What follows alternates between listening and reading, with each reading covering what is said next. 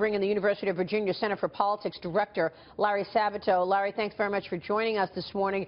3 acts of terrorism around the world yesterday alone. What are the political implications that you can draw from this, particularly when it comes to the incoming administration?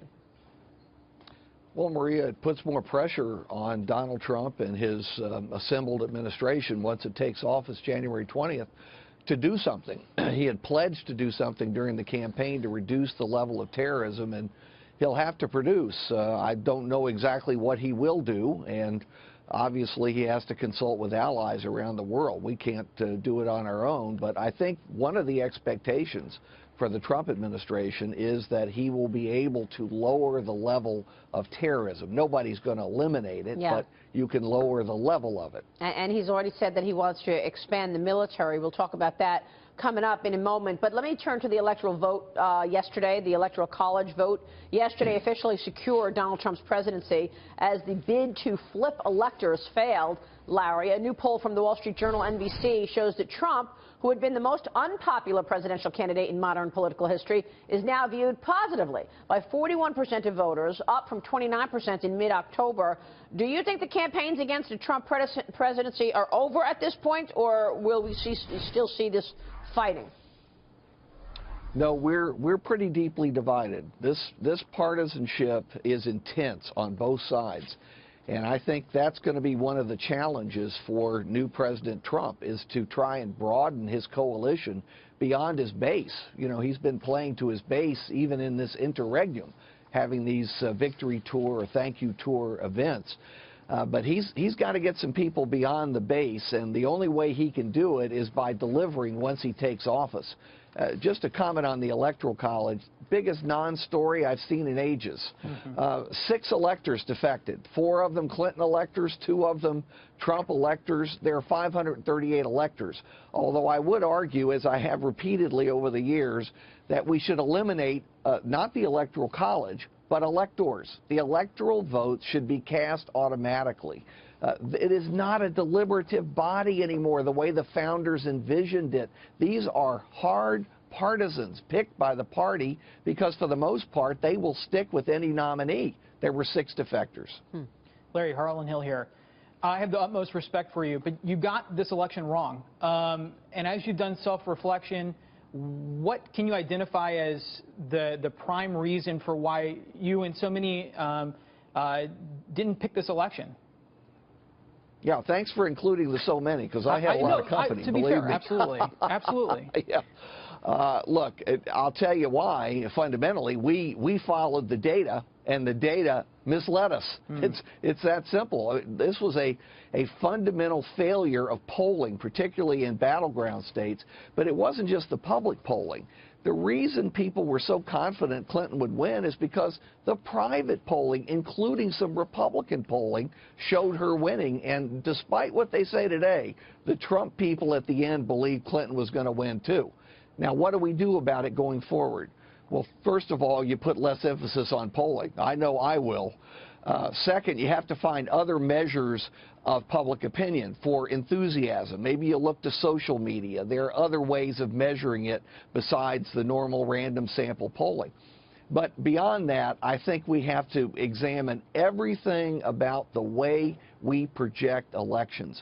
And we're doing that here. We're working on a post-election book that will come out by February. It's entitled Trumped, by the way, because that was the whole election year. Yeah. And we're going to have some suggestions in that book. You know what? You know how I knew he had a real shot is because every time I ran into small business owners, they were desperate for Trump economics. You know, when I'm talking about the bagel shop owner, or the restaurant owner, or the guy in the farm stand, Harlan, it was incredible to me how many people stopped me and said, Maria, Trump is going to win. We need Trump. We need his economics. Yeah, when I traveled outside of these rallies, people showed up, and that was in the middle of the night, and you don't do that without enthusiasm. But those people, I mean, the small business owners that I'm talking about, they were not polled. They were not involved in any of these polling that last. Well, I think Kellyanne Conway kept saying that we have a specific methodology for polling these Trump voters. Former Democrats, former union workers, blue-collar people in the Midwest that feel disenfranchised by the Democratic Party. They have buyer's remorse for Barack Obama. Yeah. And they weren't captured by traditional polling. And what you also saw in polling is that people can be polled while they're sitting on their couch at home. You have to go to vote. And the big thing was, will people stand up and will they have the enthusiasm? And that was the real issue here. But I want to turn back to you, Larry. You know, now that the election is finally over, we are going to be looking at Trump and how well, and exactly, it's over, it's done. So we're going to be looking at the campaign promises and how well Trump actually, how successful he is in accomplishing what he promised during the campaign. And I want to ask you, when the next election comes up, how important are success and campaign promises in the campaign of a second term president? Well, people, voters, are wise enough to know that lots of things are promised on the campaign trail that either can't be delivered or won't be delivered for one reason or another, and also sometimes candidates who become president, once they get more information, change their minds. And I've argued for many, many years, this is a good thing. You want your elected officials to be open to new information and willing to evolve and change their minds as long as they explain it. But sure, it matters. Look, this is a 4-year term. It's a long, long time. You may have promises that can't be fulfilled in the first year that come in the second, third, or fourth year. And Trump has both houses of Congress, which is something that all presidents don't have. So that's a big, big plus for him in fulfilling his promises. But in the end, people are going to judge him the same way they've judged other presidents. What's happening in the economy? What about war and peace? Are we at war? Is it a war that's supported by the American public or one that's opposed? Scandals, those things matter. The big, big issues, the North Stars, will guide the voters and the Trump administration as they have throughout American history. Larry, you say we're a divided nation. In the good old days, newly elected president gets a honeymoon.